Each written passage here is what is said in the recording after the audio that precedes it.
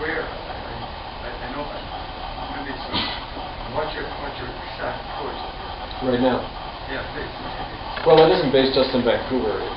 Vancouver in many ways is where it started years ago. But technically, what I do when I'm there in Vancouver is I conduct a pretty much mobile kind of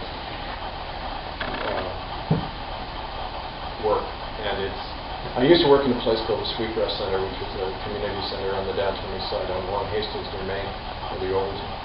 And what happened in that community center is a place where a number of groups met. We had literacy classes. We did a lot of outreach on the streets. I've spent since about 1996 recording people's stories, working with people in their lawsuits, document a lot of the stuff. This is a compilation of my research over 15 years. It's a book which is actually up on a website now, hiddennolonger.com. And it's basically a full-time job and a half just to document this stuff. Put it together with a lot of the documents out of Indian Affairs and some of the other sources I've been able to find.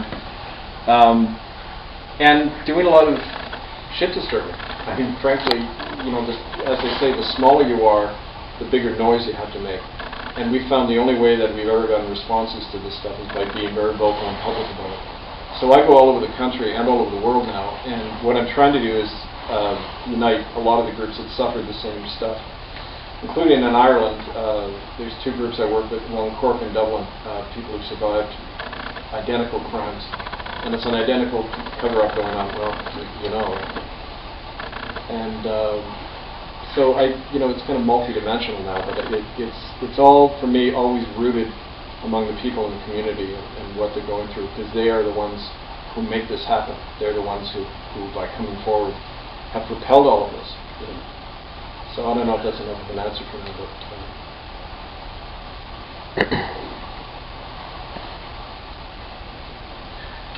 You made connections with England before you published there. I noticed that another area that some parts of England are very open to the idea of human rights and all that sort of thing. But you just mentioned the theme that maybe there isn't much interest from the level of the monarch. So what levels are you finding interest in England? Is it the government level, the federal government level, the provincial, the charity? Like, what sector tends to be open? It's hard to say one area. What I find is the support comes from just grassroots people all over the place. There's a big movement in England about child trafficking, state-sponsored child trafficking. There's a famous case, I don't know if you know about it, called Holly Grieg. The Holly Grieg case, you should look it up, G-R-I-E-G. Holly was a Down syndrome child who was raped by her dad when she was 4. And what happened was when the family tried to go after the dad, they found that the law came down on them. And the Attorney General of Scotland went after them because this man was part of a very high-level child trafficking network involving senior members of the British government, including one former member of Tony Blair's cabinet. And so they waged a one family battle, but in so doing that, I went to a conference in Stafford, England a year ago. There was 250 people in the hall. Every single one of them had a story of their child being taken out by family services and put in the homes of known pedophiles. And doesn't that sound familiar? Because that's the norm. Vancouver, that is the norm when it comes to Aboriginal family. And Ottawa. Okay, so it's the tip of an enormous iceberg all over the world. They get paid to do it. Yeah. There's a whole. It's a big.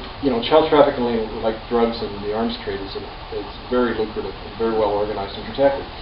So that's part of the work I'm doing now, and the reason for this tribunal is to document that and to name it, just the same way that by naming the residential school stuff, it eventually forced that tepid apology by Harper. So you can't say where it comes from. What the pattern tends to be, though, is that any group that is government or church funded or connected, you can forget, because they can be turned off very easily. But community groups tend to be the motive force, and just very brave and inspired individuals who don't give up. They just keep at it, And you know what? 9 times out of 10, it's the mothers, whether it's native or non-native. It's the women propel that.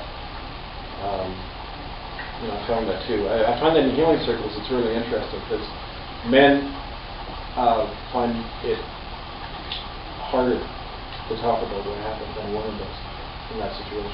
I don't know why that is, but women are very strong force in this. Yeah. Guilt. Kevin, on that note, sorry, responding to that question.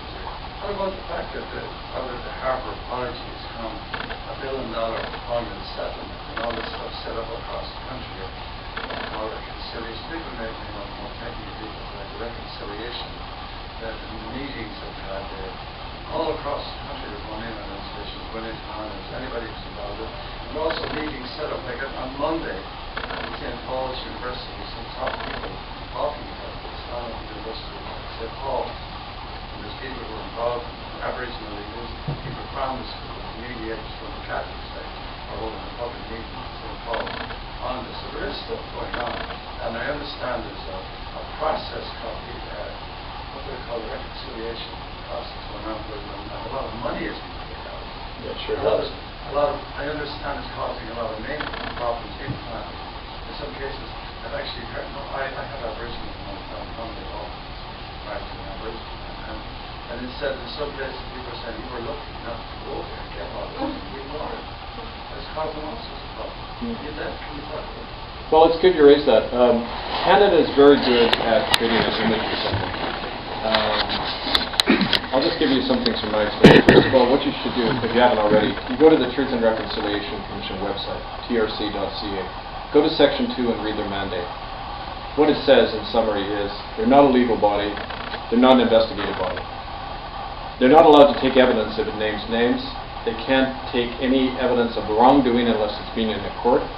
You can't use the information to sue the church. As a matter of fact, the churches are indemnified because the churches actually got to set up the TRC. I say that's kind of like the serial killer appointing the jury.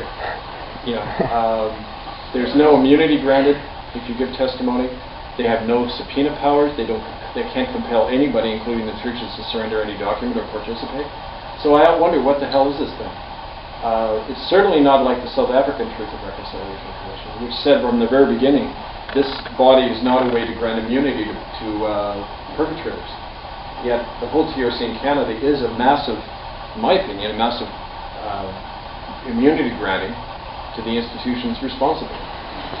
That's not to say that in the process it's not providing people an opportunity to talk, which is always good, but the point is they're censored. I went to the TRC forum in Winnipeg last June, and Peter Yellowquill, who works, he's a traditionalist in the Anishinaabe Nation, so non-treaty, non-government funded traditional elder from Anishinaabe territory, Long Plains Nation, near Portage, the Prairie.